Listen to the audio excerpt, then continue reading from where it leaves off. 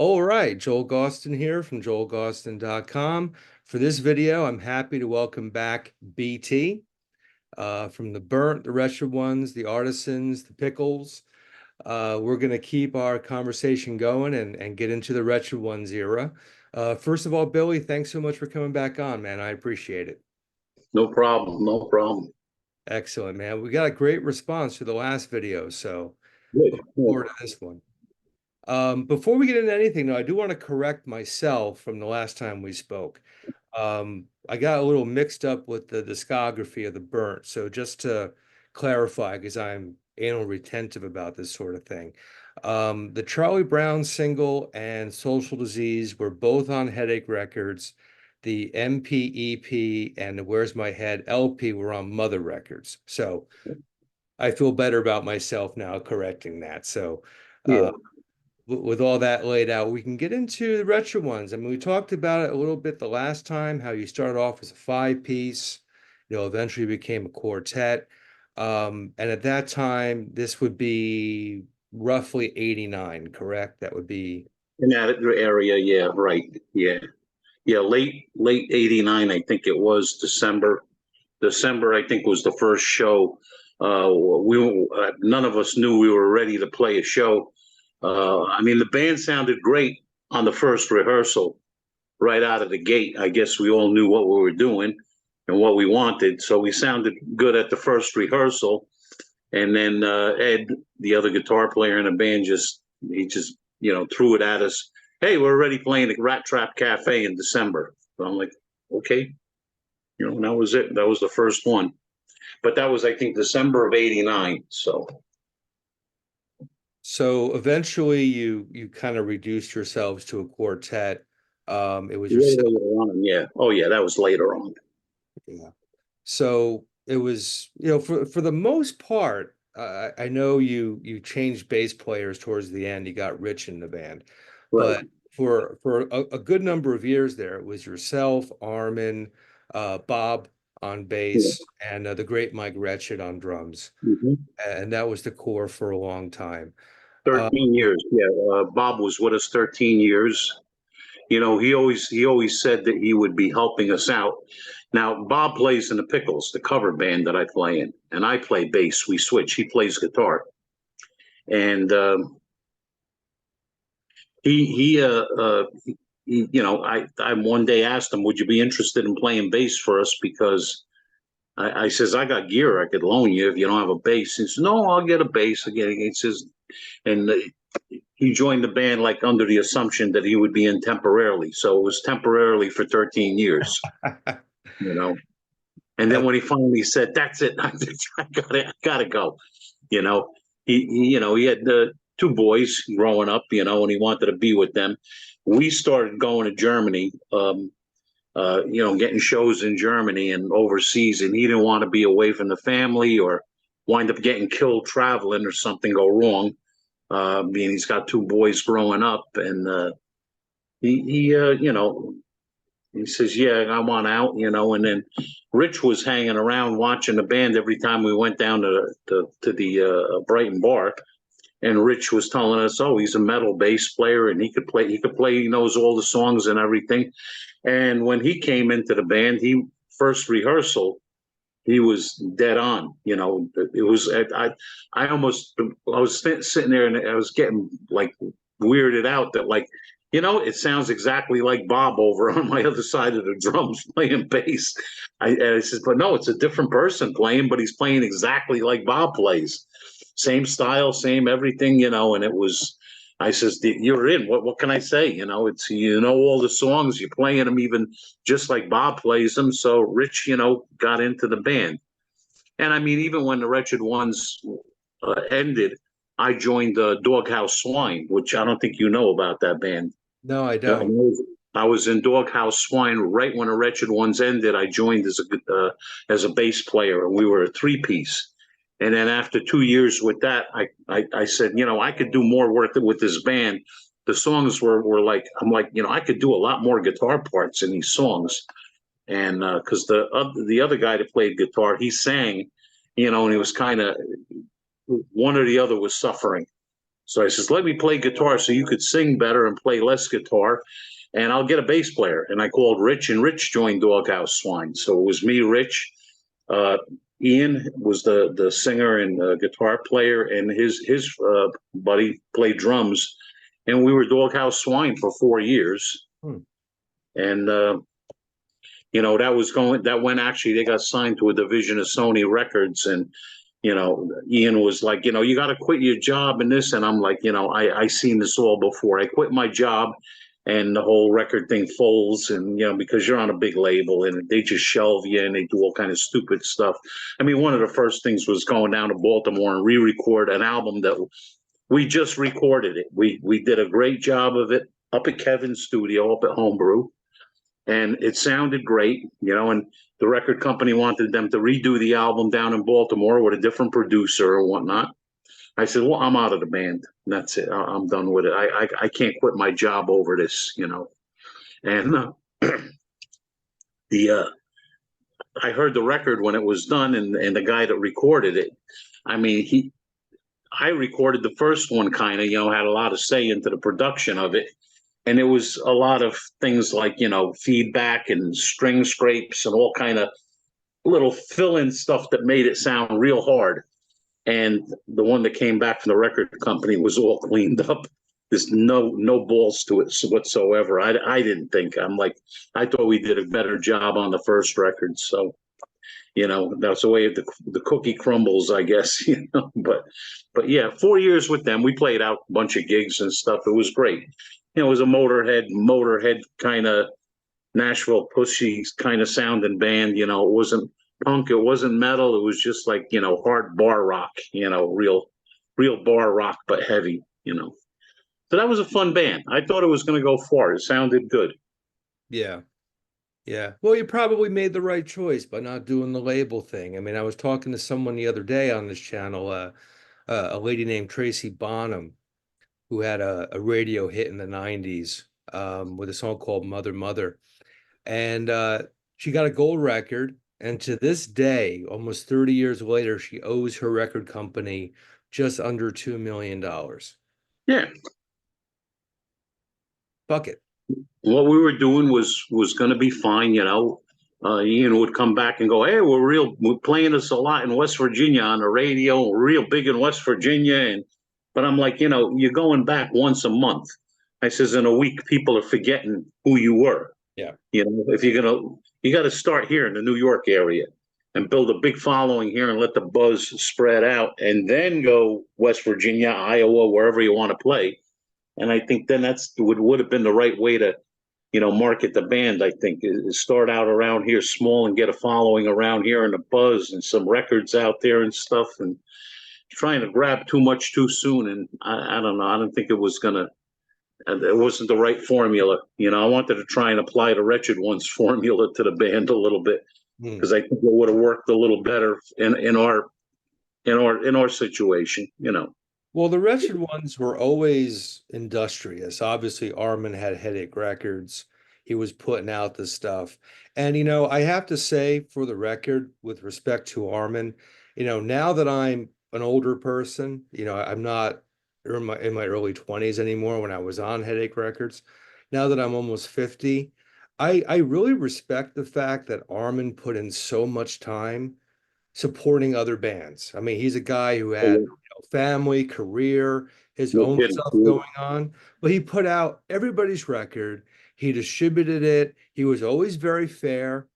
You know, I can speak for myself. When I was on Headache, I never felt cheated. I always felt taken care of because he did take care of people.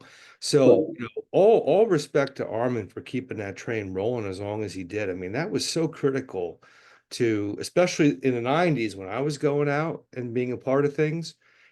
Having a record out on Headache was a big deal, man, and he was the guy behind the engine. So, more power to you. If you're watching, Armin, thank you. And you got to come on the show sometime. But sticking with the Wretched Ones, we got to talk about what I and many people consider to be the national anthem of New Jersey. One of the greatest songs of our time, Our Stairway to Heaven, let's call it. Okay. That, of course, is Going Down the Bar. Okay. So I gotta ask you, please tell me about how that song came to be and what do you recall from actually creating that with the band? I really don't remember too much other than it originally, I think, was a Burnt song. I think we were playing that in the Burnt. And, the song was a good song. So we just dragged it into the Wretched Ones. Or it's hard to say, of course, it became big, it became big later on. But when we first started doing it, it wasn't really that big of a deal. But then after a while, I guess, a little time and it caught on with everybody, you know. One of the things we're writing was trying to write songs that people could sing along with or something in the lines that would stick in their head. And I think a lot of stuff that we did, the certain lines in the songs, just just stuck in people's heads, like Working Man, Yeah. everybody would say my coffee and my buttered roll, for working man. It's just there's lines in there in some of the songs that just stick in people's heads. And that was a thought of writing stuff like that, where people could sing along or stomp along or dance along to, or whatever it was. That's what made the song, made a better song. Well, I mean, you guys were always focused on melody too. Exactly that. These were Yeah. anthemic songs, you know, played by people who could really play. I mean, I've mentioned Mike Wretched more than once. The guy's a beast behind the drums. Hmm.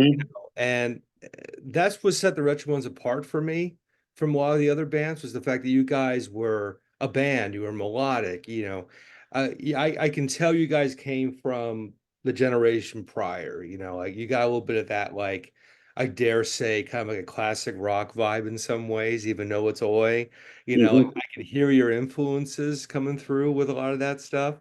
And it really did kind of set you guys apart. I'll tell you a very quick story though about going down the bar. When I was 15 years old, my band at the time, my high school, the band I was in when I was in high school, we played a high school talent show. It was in a big auditorium with like teachers and parents and other kids and stuff. So I'm 15 years old. We played Going Down the Bar and Oi Rogers at this high school talent show with my first band in Otherance, my friends Pat, Dave, and Jeremy. So you were influencing us up here, up there in Sussex County. We were getting those records for sure. Um, but you mentioned Germany, and I know, there was a time when you guys were going out there and playing. How did Germany treat you? From what I understand from others I've talked to, they're a very welcoming bunch out there. Oh yeah. No, Germany was great. The live music in Germany is appreciated much more indifferently than it is here. They're more appreciative of their live music there, but they also, one weird twist to everything is they kind of couple times threw it in our face, what our political stance was and stuff. And it's like we have no political stance. We're from the United States. We don't care about our politics. Right. You know, excuse me. Never mind their politics. They were like, "Are you fascist? Or are you are you communist? Or are you fascist? Or are you?" And it's like we're nothing. We're a bunch of beer drinkers from New Right. Jersey. Yeah. Just leave the politics out of it. We're just here to play music and party, and that's it.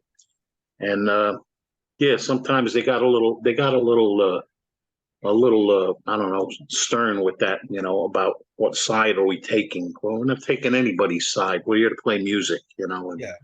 that was a weird thing about playing in Germany. Hmm. They're big on their politics there. Yeah.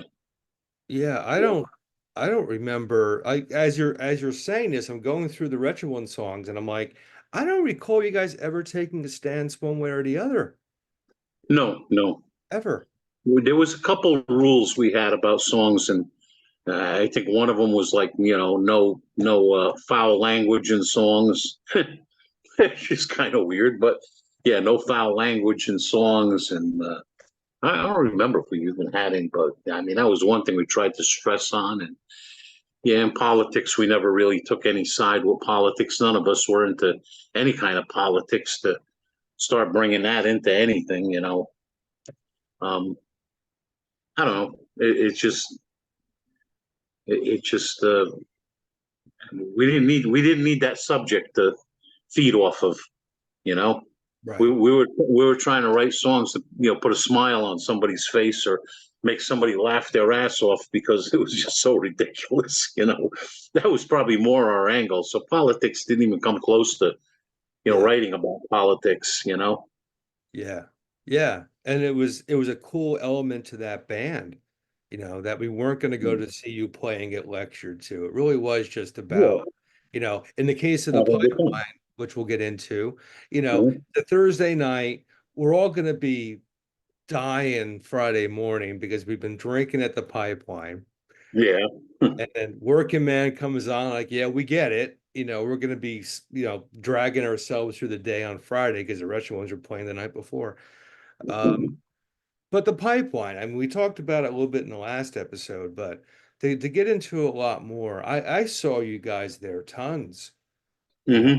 Hmm. And even when you guys weren't playing, Armin was around, you were always at the bar, it was kind of like, Yeah, it's Thursday night, we're in Newark, we're going to see that's BT. what you did on a Thursday night. You went to the pipeline. Well, for Absolutely. me, some people went to the Loop. They went to Aldo's. There was the like Bermuda Triangle, Aldo's Pipeline, and Loop Lounge. And then some people would do all three in one night, and that's what they were into. So if that's what they wanted to do, me, I just constantly stayed with the Pipeline.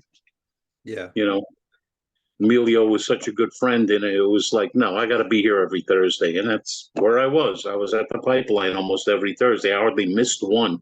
I think I was there every Thursday. There was snowstorms, everything, no matter what. I made it my way there. I left there one night, I think like 4 in the morning one time, and I don't know, the roads iced over and something. Me and Mike were there, I think. Yeah, we went, both of us were there. We went down that one hill to get back down onto 21, and I went down that hill doing 360s. No reason, just because the road was icy and brakes, gas, nothing worked. It was in slow motion. I was just doing spins all the way down the hill, got to the bottom of the hill. The car was straight, and we went on our way. I think I bounced off the curb or something. The only thing I hit, but I didn't do any damage to anything. But yeah, that was one scary night there. And the only other night, I think my water pump went on my truck in front of the pipeline, and I had to milk it going home so Mm. the engine wouldn't overheat. But I never had any problems. All the Thursdays that I've been there, and if I wasn't doing sound and it was a Saturday, I might still even be there for the industrial dance people and stuff for a few hours, check in, see what's going on. And of course, if I was with Ed, Ed would harass the DJs. He would kick the DJ booth until the needle skipped on a record or something. Don't play that. Play some more punk rock. Ah, Stop playing that dance music. Play punk rock. Ed would kick the DJ booth and your record would skip or the needle would slide across the record. I'm like, wow. is Ed that was Ed Ed, Puglisi? no Ed Wretched Wretch Ed. There was the guitar player of the band. Yeah, from the original Wretched. Yeah, he was a big Irish Marine, and anything that would set him off, get out of the way. That's it.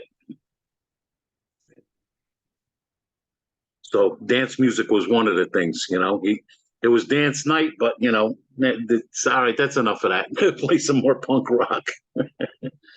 He was convinced the place was a solid punk rock club, but no, Emilio liked the diversity of Yeah. every kind of music in the place, and I can understand that too. He's running a business, he's got to appeal to a couple different kind of crowds and stuff.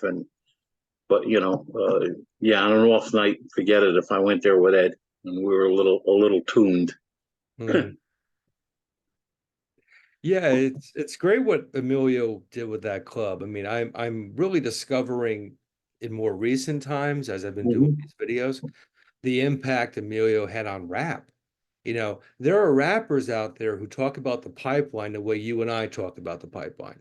Oh yeah, absolutely, yeah. So he He had a really, lot of different things going on there. He had his capoeira going on there too, yeah. the Brazilian martial arts thing. He would do there sometimes before the club opened. Then I would go there, and these guys are on their hands doing handstands and kicking each other upside down. And I'm like, I don't know, I don't get it, but whatever. It was something else he was into, and he had, opened the club up to that too. Yeah. We had all of those people with him, all the Capoeira people, the Brazilian and Portuguese, whatever crowds, So you did a ton of singles with the Wretched Ones. Mm-hmm. There were 4 full-length albums. Um, and the last one you did, the last full-length album, that was recorded at Clear Cut with Max, our pal Max Right, yeah. Capo. Why make Yeah. that switch? Why go work with Max versus doing the headache studio sort of setup you guys had over the years? Well, again, we got away from the home, doing the stuff at home, because we weren't rehearsing there anymore. We were rehearsing out, at the over there in West Patterson, at the studio over in West Patterson. We were rehearsing there for quite a while, and at Zounds we were rehearsing too, and we just weren't rehearsing at home. So it was like, yeah, why record at home too? It'd be the same thing, if we're rehearsing at home, making noise, and annoying Norman's dad upstairs.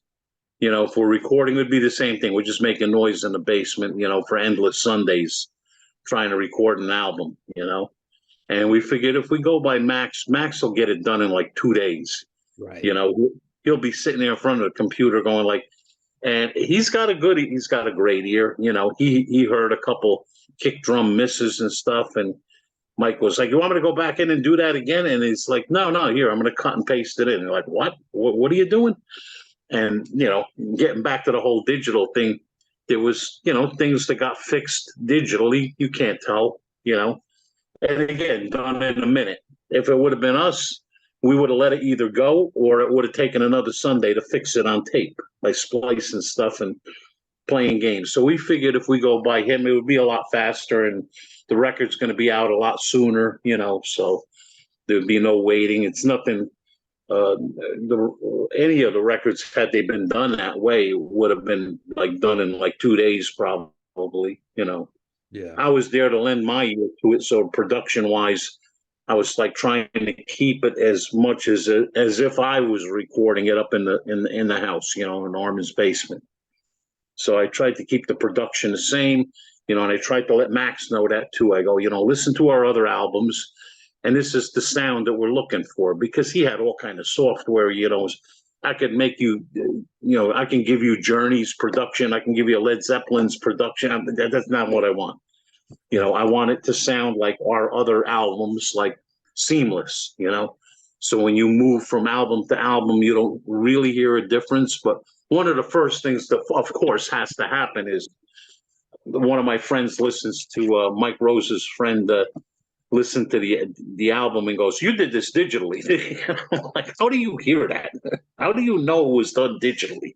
Hmm. But one guy had to throw that up to us the first time it was like out there and listened to. It was like, okay, yeah, it was done digitally, but I don't hear the difference, But obviously, some guys, that record all the time, they could tell the difference that it was done a certain way, But it is what it is, I always look back on all the albums and say, I could have sat there another 3 months and kept mixing this, and I could have had another mix, and it would have been good, and the original one would have been good, and then the fifth one would have been good, and the fourth one would be.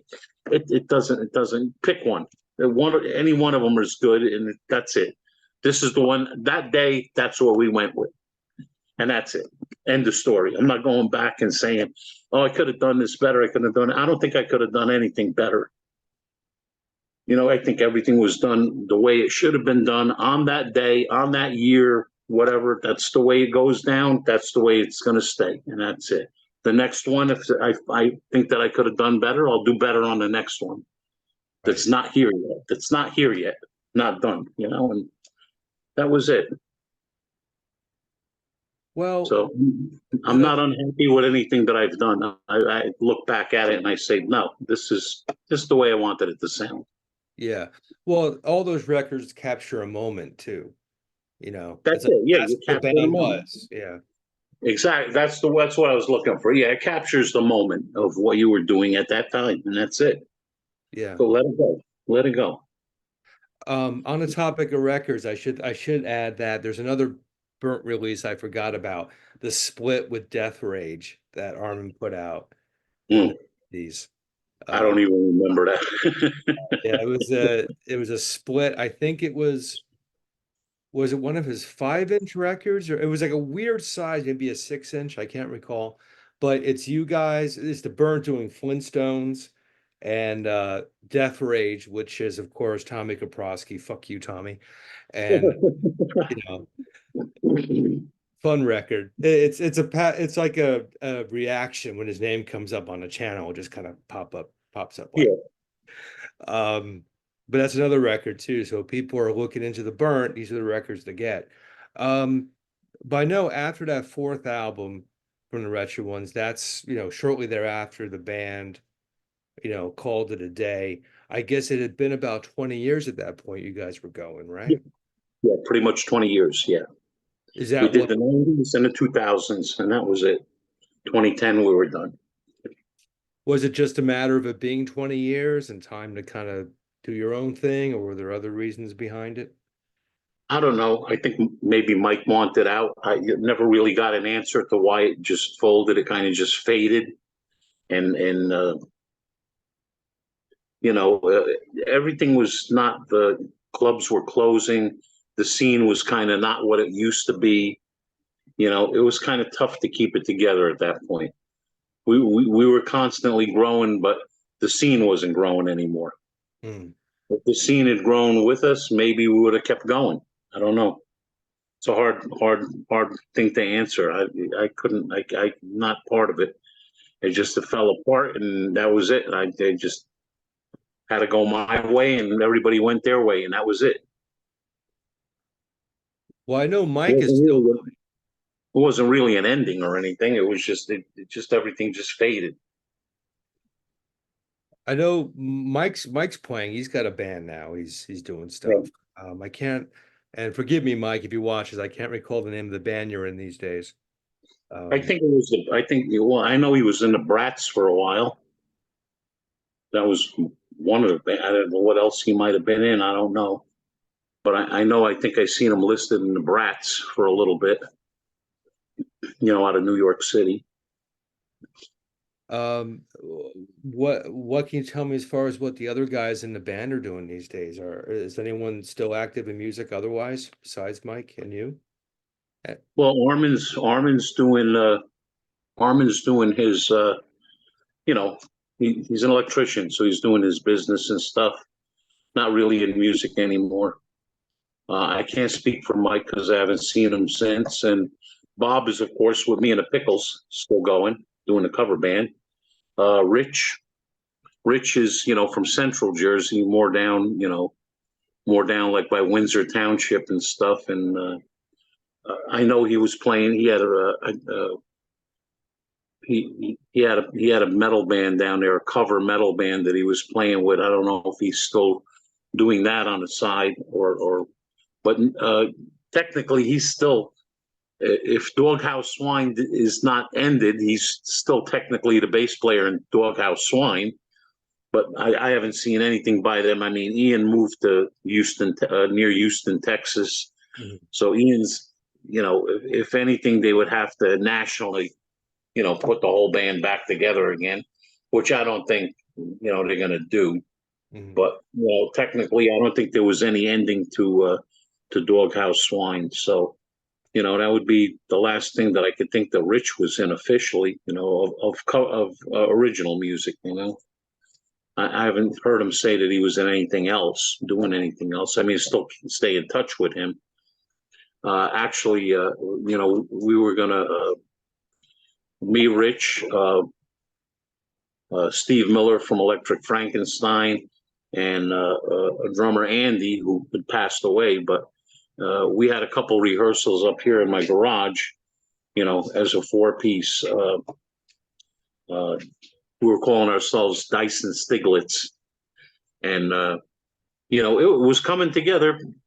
All right. It was good enough to maybe play out. Everybody was on the mark, but But again, when Andy passed away, it was like, all right, well, now we lost the drummer, and then Miller's got a corral of drummers that he could pull from, but everybody's very busy, and Yeah. so me and Miller always have something, planning on playing together. I says, we would probably make a pretty cool band, just me and Miller, Oh and yeah. a couple other backup guys on bass and drums, and I think we could do some kind of project that would probably open eyes. But as time goes on, we get older and we get lazier, and that's it. You just get nothing done. Yeah. Yeah, I hear you.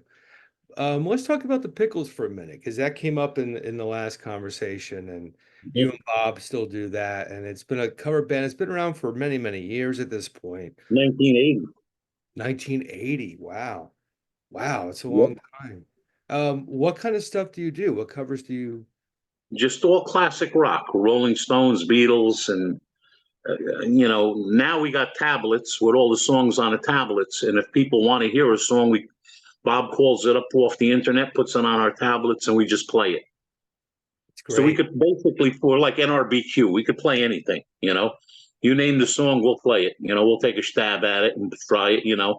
People from the audience come up, I want to sing this song. It's like, all right, hang on a second. Well, let's load it into the tablet, and we pull them off. With no rehearsal or nothing.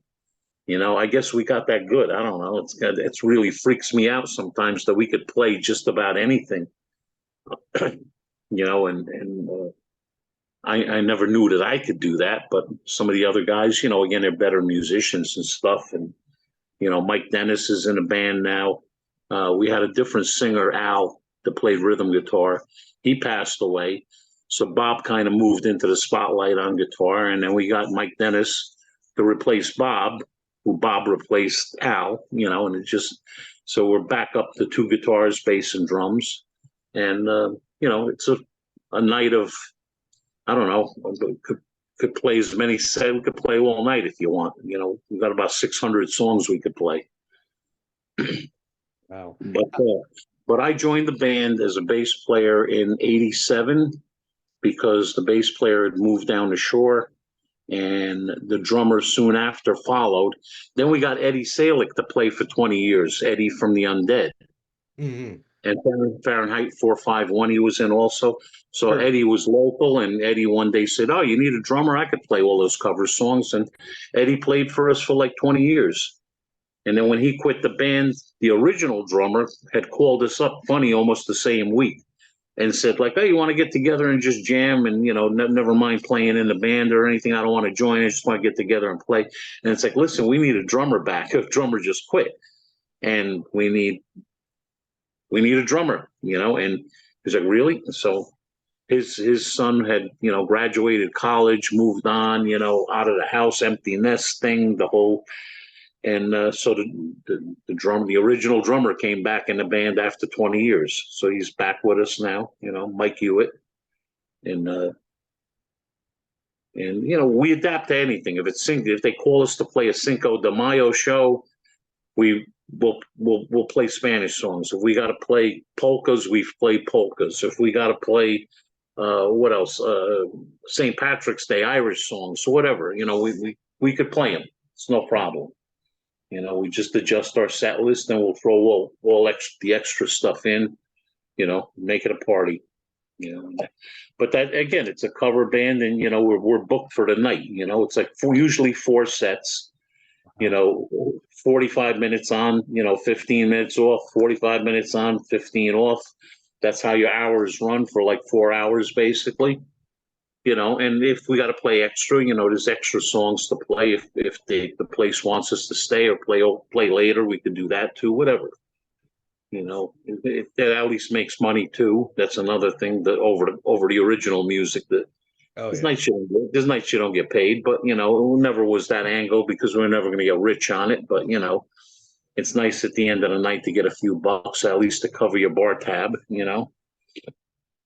But the Pickles, yeah, were a band in 1980, and I had met Bob when I started working at Sam Ash Music. He had even played bass in the E Walker band back then too. He filled in on playing bass with them. But his band was the Pickles, and it was more of almost a rockabilly band back then. A lot of original songs. And then when Al joined the band, they were a three-piece. And then when Al joined the band, they started doing covers to get more gigs. And one of the main places was Hazel Street Pub in Patterson or Clifton, whatever. But Hazel Street Pub was one of the bars that they were like a home band, home-based band out of there. And Bob asked me, "Oh, we want to do sound for us?" So I got to hang with the band, doing sound for them, a bunch of gigs. And then when Sal left the band, the bass player, I says, "Listen, what's the band doing? Because I miss doing sound for you guys." All the bass player quit. And I said, "You want me to play bass? I'll play bass so we can get back into getting gigs, and I'll just do sound from the stage." Because they had all the PA equipment to do anything they needed to do.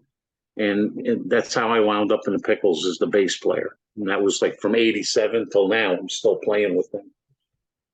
We're playing this Sunday down the shore at Sunset's Bar and Grill, right in Neptune, right before you get into Belmore by the bridge. So we're down the shore because Bob moved back down the shore.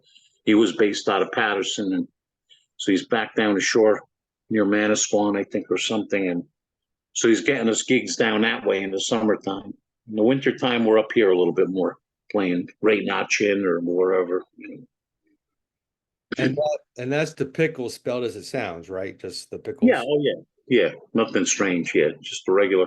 There's another Pickles down the shore, another band called the Pickles. They do good and everything, but they kind of stay south and we stay north usually, Only recently we started going, last year and this year playing down the shore. We never really used to play down the shore. But if we do, it's not too often. It's here and it just pretty much Sunsets and maybe one other place or something like that. So it's not too often. So we're not really, I don't think, infringing on their area. Yeah. And people who can't understand there is a Pickles North and there's a Pickles South. So that there's two bands called the Pickles because people down the shore said, "Oh, I seen you playing down there." No, that wasn't us. That was the other one. Well, it's great the band is active and can pull off like a 4-hour night. I mean, that's Yeah. amazing. Fantastic. Well, BT, I really appreciate you coming back on to keep chatting with me. We're actually going to do a part 3 because I want to get into another project you have called the Artesanz, which is very unique in your history. So you and I will be reconnecting again soon. In the meantime, coming back on. Thanks to everybody who's watching this video and watched the previous one. And we'll pick it up again soon, man. But I really appreciate talking to you.